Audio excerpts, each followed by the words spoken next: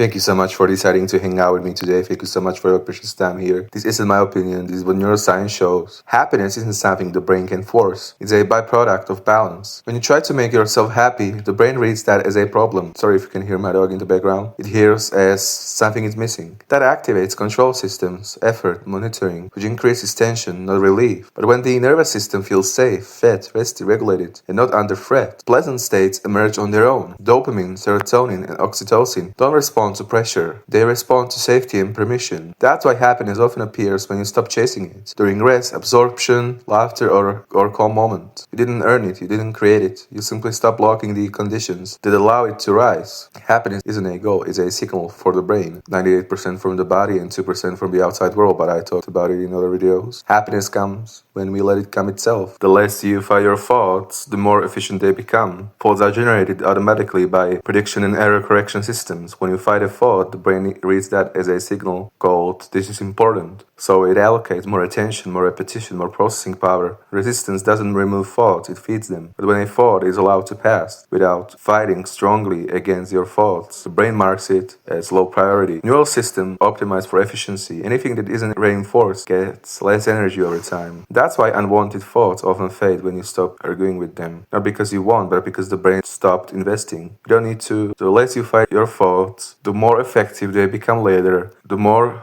close you get to happiness, the more efficient they work, the more correctly they work, how they should, the better solutions you find, the better everything. So that's why we shouldn't fight our thoughts. Our thoughts are being fought automatically, non-stop. Thank you so much for your precious time here. Thank you so much for hanging out with me. Feel free to keep hanging out with me in other videos, but absolutely no pressure. Take care, and I can't wait to catch you soon.